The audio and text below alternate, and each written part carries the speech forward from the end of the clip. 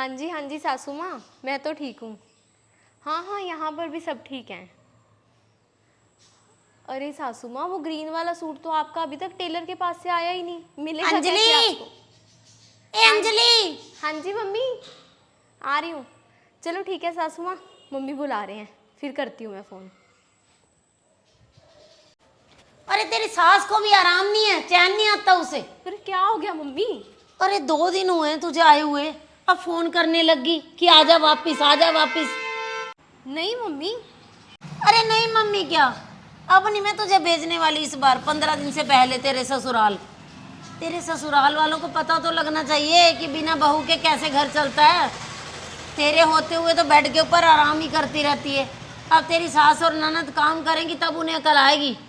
नहीं मम्मी, आप ना मम्मी मेरी सासू माँ को गलत समझ रहे हो। वो तो बल्कि मुझे ये बोल रहे थे कि मौसम थोड़ा बदल गया है, अच्छे से कपड़े पहन के रखना ताकि ठंड ना लग जाए। और उन्होंने ये भी बोला कि जब तक चाहे मायके रह ले, ससुराल आने की जल्दी मत करना, यहाँ पे सब कुछ मैं अपने आप संभाल लूंगी। आप ना मम्मी मेरी सासू माँ को उल्टा पलटा बोलना बंद कर दो। लो जी, अब हम बुरे बन गए। अरे तुझे अपना याद है 5 साल के अंदर तूने कब अपनी सास की तारीफ की है?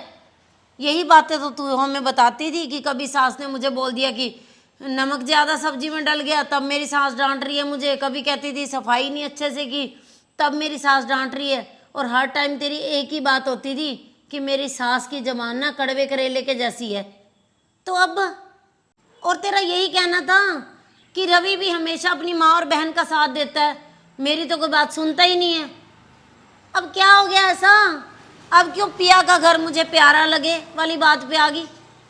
हाँ मम्मी, आप बिल्कुल सही कह रहे हो।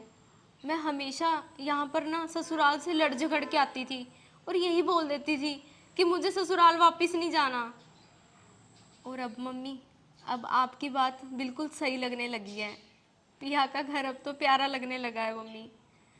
और मैंने ही आपके सामने अपने सास ससुर की छवि खराब कर दी, उनके बारे में बुरा बोल बोल के। और आप भी सही कह रहे हो मम्मी, अपनी बेटी के लिए बुरा करने वालों के बारे में आप अच्छा कैसे बोल सकते हो? ये सारी मेरी गलती है मम्मी। देखा अंजलि, मैं तुझे कितना ज़्यादा समझाती थी कि ये छोटी छोटी बातें हैं ना, ये सब शादी के बाद शुरू में ही होती हैं, धीरे धीरे सब ठीक हो जाता है। और तू बुरा मत मान, तेरी सास के लिए ना मेरे मन में कोई मैल नहीं है। मैं तो बस जो तू बोलती थी वैसा ही मैंने आज तुझे बोल दिया।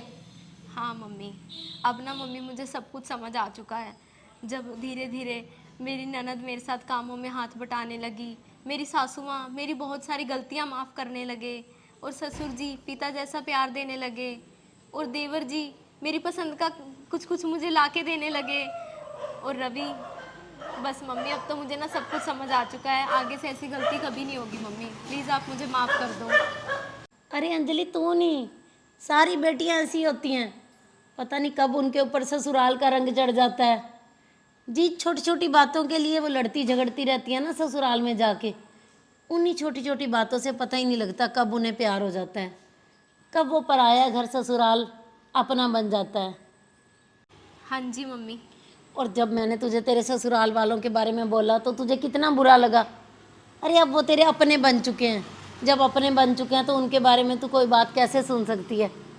चल आज मैं तेरी तरफ से बेफिक्र हो गई हूँ, मुझे पता लग गया है कि तुझे पिया का घर प्यारा लगने लगा है।